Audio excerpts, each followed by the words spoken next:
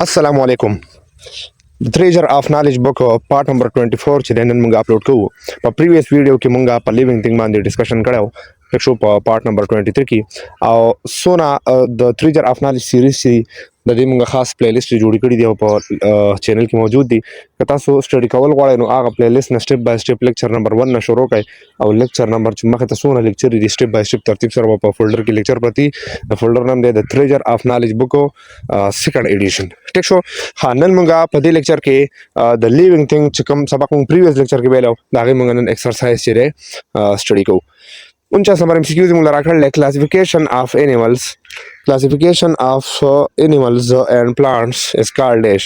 with the animal او the plants چې کوم classification دی دې څه ویل کیږي موږ له اپشن ناکړلې په دې کې اپشن A چې کریکټ انسر دی taxonomy دې څه ویل کیږي taxonomy. MCQ نمبر 50 کې سوې which one is a non flowering plants موږ له اپشن ناکړلې چې په دې کې کوم یو چې هغه بوټي دی چې هغه ګلونه نه پیدا کوي. ساون فلاور خو په خپله ګل دی، جاسمین چې دی هغه ځانه ګل دی، ټیک شو. روز چې دی موږ سره ځانه ګل دی، ټیک شو. او که موس تاسو وګورئ دا داسې پلانټ دی چې دا ګلونه نه پیدا کوي، ټیک شو. نو بي نمبر اپشن په دې کې څه دی کریکټ انسر دی. MCQs نمبر 51 کې څه وایي running bird lost their ability of flight due to dash. وایي یو مرغۍ ده چې هغه رننګ کوي، وایي د دې د اولتلو ابیلیټي دې څه په ذریعه ختمه کړې ده. یو داسې مرغۍ چې هغه رننګ کوي او هغه اولتلی نه شي نو دې کې د اولتو د ابیلیټي ولې ختمه شوې ده.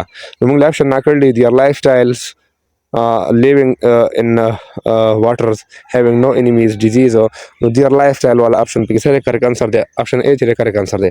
د دې خپل لایف سټایل د وجې نه دا چې څنګه تاسو زندګي دې تېروله یعنې دا به زیات تر په ځمکه ګرځېدله او دا به اولتله نه هغې د وجې چلو شو د دې چې کوم فلایټ ابیلیټي دا څه شوه ختمه شوه. MCQs نمبر 52 کې څه وایي چې identify reptile among the following. لاندې موږ اپشن ناکړي دي په دې کې څوک reptile معلوم کا. نو په دې کې بي نمبر اپشن چې دا موږ سره ټیک دی has hard rough skin. چېرته چې reptile وي نو هغې سکین به ډېر زیات رف وي او سکیلي وي. که تاسو وګورئ لکه سمسارې شوي، کربوړي وغیره شو، ماران وغیره شو، ټیک شو. نو دا موږ سره hard rough skin وي د دې. MCQ نمبر 53 کې څه وایي monocot plant can be differentiated from dicot plants due to dash. monocot مونږه د dicot نه څنګه ډیفرنشیټ کوو یعنی monocot او dicot کې مونږ څنګه فرق کوو څه لحاظ سره په دې کې مونږ فرق کوو مین ډیفرنس مونږ څه په حساب سره معلومو. نو په دې کې مونږ کریکټ اپشن ناکړلی اپشن ډي نمبر اف کوټیلنډن. په monocot کې کوټیلنډن 1 وي او په dicot کې مونږ سره کوټیلنډن 2 وي.